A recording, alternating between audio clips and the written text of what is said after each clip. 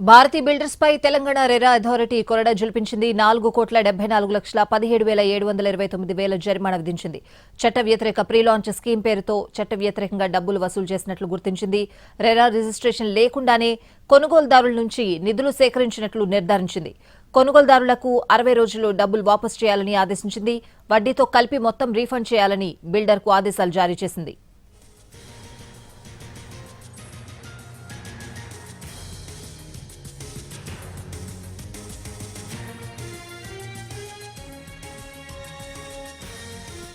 ఏడాది క్రితమే మోసం వెలుగులోకొచ్చింది. మేడ్చల్ మల్కాజ్గిరి జిల్లా కొండపల్లిలోని భారతీ లేక్ వ్యూ అపార్ట్మెంట్స్ ప్రాజెక్టుకు శంకుస్థాపన చేశారు.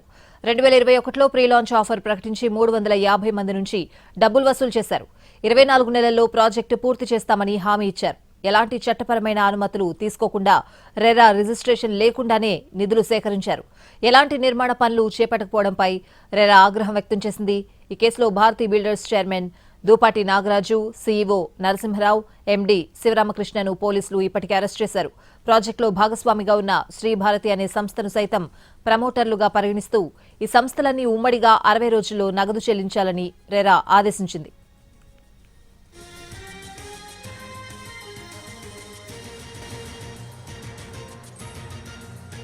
ల్యాండ్ ఇవ్వడం లేదు, పెట్టుకున్నాడు.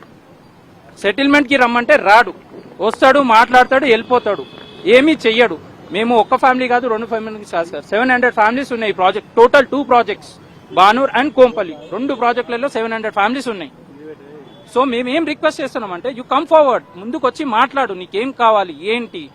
సెటిల్మెంట్ చేసేది ఉంటే నువ్వు ఎప్పుడో చేసేవాడివి, ఇంత టైం వేస్ట్ చేయవు. మా టైం వేస్ట్ చేయవు, నీ టైం వేస్ట్ చేసుకోవు. నీకు లేదు కాబట్టి you're doing all this first. నీకు అంత దమ్ము ధైర్యం ఉంటే బయటికి వచ్చి మాట్లాడు. ఇప్పటికి ఆల్మోస్ట్ 4 years అయింది సార్ ప్రీ లాంచ్ ఆఫర్ అని పెట్టి. 4 years అయింది కేసు ఫైల్ చేస్తే, కేసు ఒక్కరు కూడా కేసు తీసుకోవట్లేదు. ఎందుకు?